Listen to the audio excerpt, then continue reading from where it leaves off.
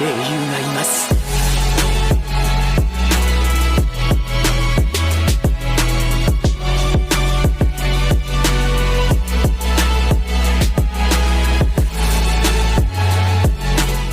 Yo minasan, seperti biasa kembali lagi bersama channel Sayonara Jiraiya. Di kesempatan kali ini, admin akan membahas tentang teori mengenai kematian dari Senju Hashirama. Orang yang dikenal sebagai dewanya shinobi tersebut pada akhirnya juga bisa mati dan ada desas-desus bahwa dia telah dibunuh oleh seseorang. Namun benarkah dia mati karena dibunuh? Nah, jadi gak usah banyak basa-basi lagi dan mari langsung saja kita bahas bersama-sama tema hari ini. Let's go!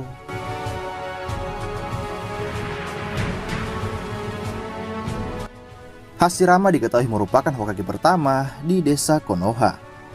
Dia berasal dari klan Senju yang tidak lain adalah keturunan langsung dari Asura Otsutsuki.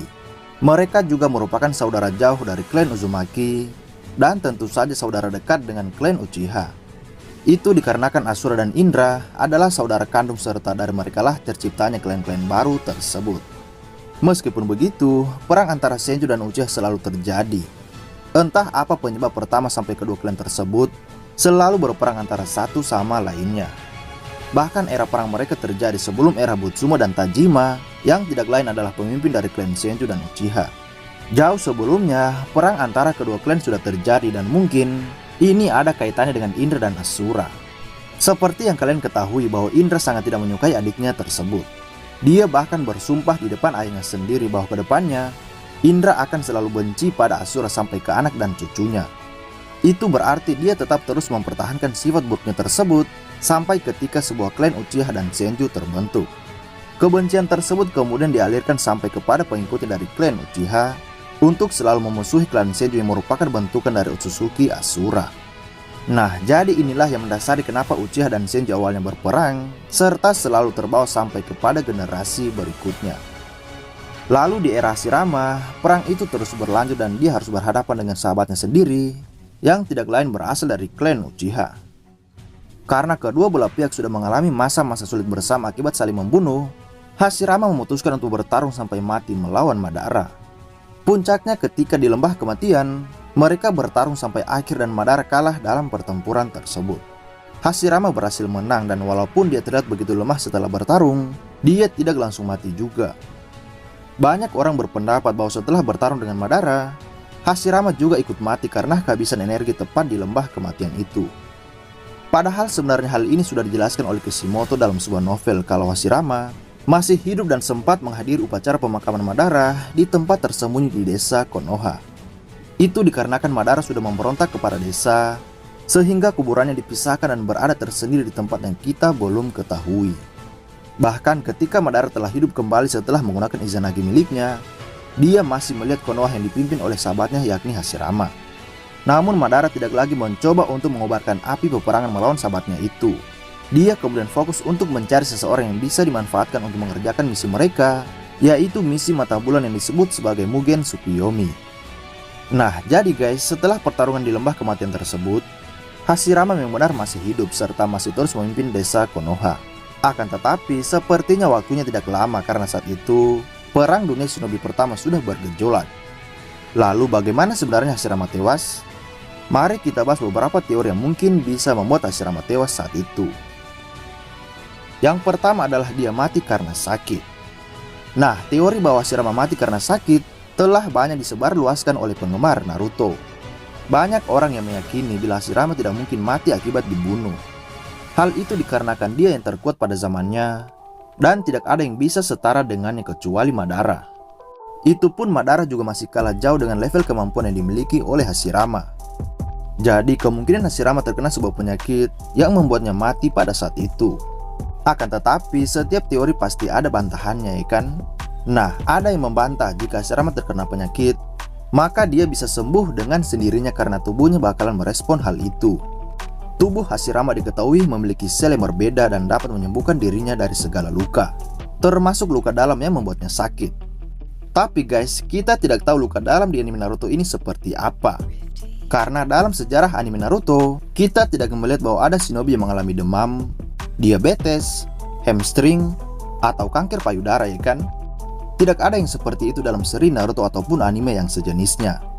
Jadi sangat sulit bila kita menyatakan bila dia mati karena sebuah penyakit yang seperti admin jelaskan tadi. Kecuali penyakitnya seperti yang dialami oleh Naruto di manga Sasuke Retsuden. Dia mendapat sebuah penyakit misterius yang bahkan tidak bisa disembuhkan oleh mode cakranya. Jangankan Naruto, Hagoromo pun pernah mendapatkan penyakit seperti itu. Hagoromo juga tidak bisa menyembuhkan dirinya sendiri. Dia mesti harus mencari suatu obat di tempat tertentu, seperti yang dilakukan oleh Sasuke terhadap Naruto dalam cerita Sasuke Retsuden. Nah, jika penyakit Hashirama layaknya Hagoromo dan Naruto, maka kemungkinan besar dia memang mati dalam keadaan sakit.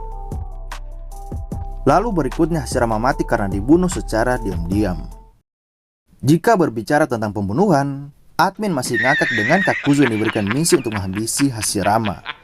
Ya kali Kakuzu bisa menyentuh Hashirama, sedangkan Madara saja kena mental ketika Hashirama mengeluarkan Shinsu Senju miliknya. Nah, sepertinya cukup mustahil bila dia mati karena dibunuh meskipun itu secara diam-diam.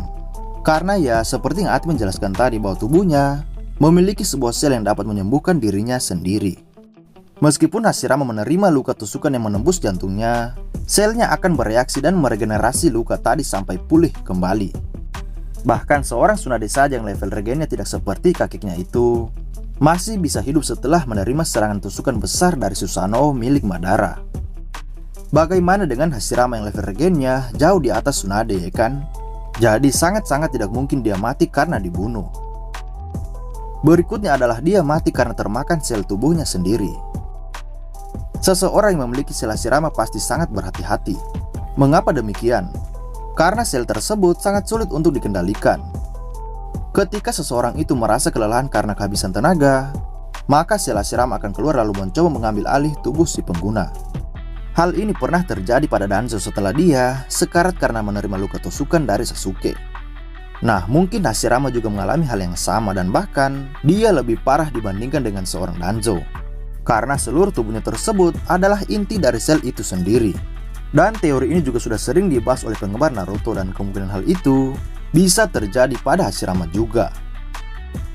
Dan teori yang terakhir adalah dia mati karena sengaja demi perdamaian kelima desa besar.